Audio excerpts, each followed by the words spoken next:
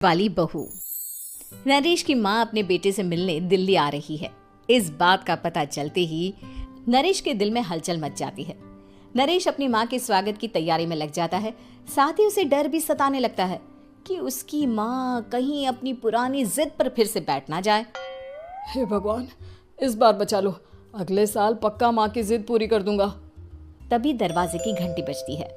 नरेश दरवाजा खोलता है तो सामने अपने मकान मालिक को देखकर हैरान हो जाता है, क्योंकि उनके साथ एक सुंदर सी लड़की भी थी। अब नमस्ते अंकल, कुछ काम था, मुझे बुला लेते। आपने क्यों कष्ट किया? अरे नहीं नहीं, इसमें कष्ट कैसा। मैं तो बस तुम्हें रीना से मिलवाने आया था। आज से रीना तुम्हारे साथ इसी फ्लैट में रहेगी। अंकल, कोई लड़का फ्लैटमेट नहीं है? एक अनजान लड़की के साथ रहना मेरे लिए थोड़ा अजीब होगा। देखो नरेश, मैं तुम्हें पहले भी बता चुका हूँ कि इस फ्लैट में तुम्हें किसी ना किसी के साथ एडजस्ट करना ही होगा, या फिर तुम अकेले पूरे फ्लैट का किराया दे दो, मैं किसी को नहीं रखूंगा। नरेश अपने मकान मालिक की बात सुन के रीना के साथ रहने के लिए तैयार हो जाता है, पर अंदर ही अंदर उसे ये बात खाने लगती है कि वो अपनी माँ को क्या जवाब देगा जब उसकी माँ रीना के बारे में उसे पूछेगी। दिन बीतने लगते हैं। नरेश और रीना अच्छे दोस्त भी बन जाते हैं, पर अभी भी नरेश अपनी प्रॉब्लम का सलूशन नहीं ढूंढ पाता। एक दिन नरेश बहुत परेशान सा बैठा होता है। तभी रीना उसे पूछती है, क्या हुआ नरेश, तुम काफी परेशान लग रहे हो, सब ठीक तो है ना? हाँ सब ठीक है, बस एक छोटी सी प्रॉब्लम है। वो एक्चुअली 2 दिन बाद मेरी माँ मुझसे मिलने आ रही है। अरे तो इसमें प्रॉब्लम क्या है, ये तो खुशी की बात है। हाँ रीना, बट मेरी माँ एक जिद लेकर बैठ गई है कि मैं शादी कर लूँ, पर मैं अभी इस चीज़ के लिए तैयार नहीं हूँ। ऊपर से जब वो तुम्हें देखेगी तो 100 सवाल करेगी, क्या जवाब दूंगा? अरे इसमें कोई टेंशन वाली बात नहीं है। मेरे पास ना इस प्रॉब्लम का सलूशन है, जिससे ना तुम्हें शादी करनी पड़ेगी और ना ही तुम्हारी माँ मेरे बारे में कुछ पूछेंगी। रीना की बात सुनकर नरेश सोच में डूब जाता है। वो सोचता है कि रीना खुले ख्यालों वाली लड़की है, कहीं माँ को सच बता ना दे।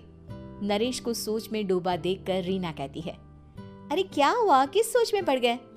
डोंट वरी, जैसा तुम सोच रहे हो ना वैसे कुछ भी नहीं है। मेरे पास एक प्लान है। मैं कुछ समझ नहीं पा रहा हूँ, कैसा प्लान? मैं समझाती हूँ। हम ना एक कॉन्ट्रैक्ट मैरिज कर लेते हैं। फिलहाल मेरे पास जॉब नहीं है, तो तुम इस रूम का किराया दे देना जब तक तुम्हारी माँ यहाँ रहेंगी, सिर्फ तब तक।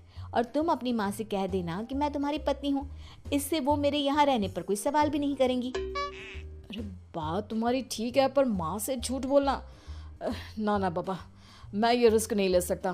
कोई और आइडिया दो ना तुम। देखो मंजूर हो तो बोलो, वरना सच बता दो, मुझे कोई प्रॉब्लम नहीं है। रीना की बात सुनकर नरेश सोच में डूब जाता है।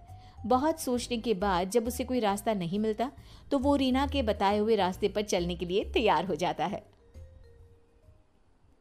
वो रीना से बात करता है और अपनी माँ की पसंद और नापसंद के बारे में बताता है।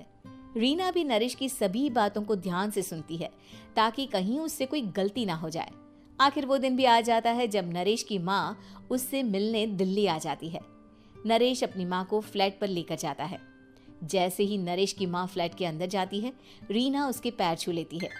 ये देखकर नरेश की माँ थोड़ी घबरा जाती है और नरेश से पूछती है, अरे बेटा नरेश, ये कौन है? माँ, ये आपकी बहू रीना है। माफ़ी चाहता हूँ, सब कुछ इतनी जल्दी में हुआ कि आपको बता ही नहीं पाया, इसलिए सोचा कि क्यों ना आपको सरप्राइज दिया जाए। अरे बेटा, मैं तो बस तेरा घर बसा हुआ देखना चाहती थी। हाँ, बहुत अरमान थे अपनी इकलौती बेटी की शादी को लेकर, लेकिन कोई बात नहीं, शायद किस्मत को यही मंजूर होगा।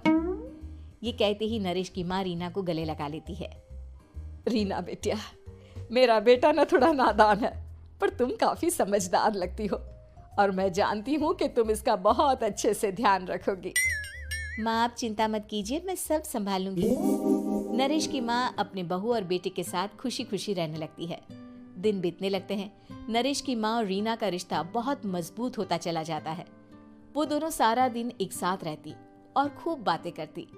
इधर साथ रहते रहते नरेश और रीना भी एक दूसरे से प्यार करने लगते हैं। दोनों को इस बात का एहसास हो जाता है, फिर भी वो इस बात को छुपा कर ही रखते हैं।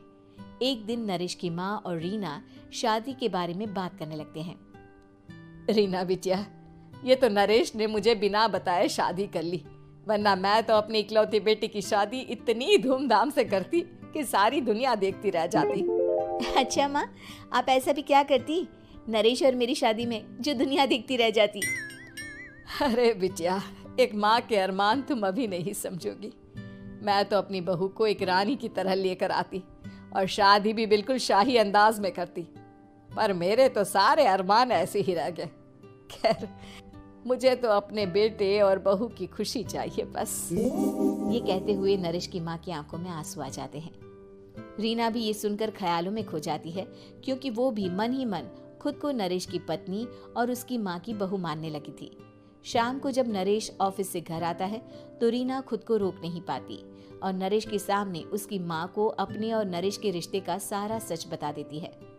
रीना की बात सुनकर नरेश की माँ दोनों से बहुत नाराज हो जाती है और घर वापस जाने की बात करने लगती है।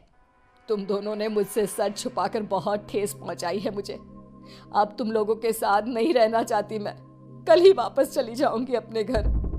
माँ, मुझे माफ कर दो, ये सब मैंने रीना के कहने पर ही किया है, वरना मैं भी आपको कभी ठेस पहुंचाने के बारे में सोच भी नहीं सकता। हाँ माँ, हमने ये सिर्फ आपका दिल रखने के लिए किया, प्लीज हम दोनों को माफ कर दीजिए। तुम दोनों ने मेरे अरमानों के साथ खिलवाड़ किया है, और वैसे भी मुझे अपने बेटे के लिए एक अच्छी लड़की ढूंढनी है, इसलिए मेरा यहाँ से जाना ही बेहतर होगा। माँ की ये बात सुनकर रीना खुद को रोक नहीं पाती। माँ, क्या मैं आपके घर की बहू बनने लायक नहीं हूँ? रीना की बात सुनकर नरेश हैरान रह जाता है। नरेश की माँ भी कुछ समझ नहीं पाती। मैं कुछ समझी नहीं, आखिर तुम कहना क्या चाहती हो?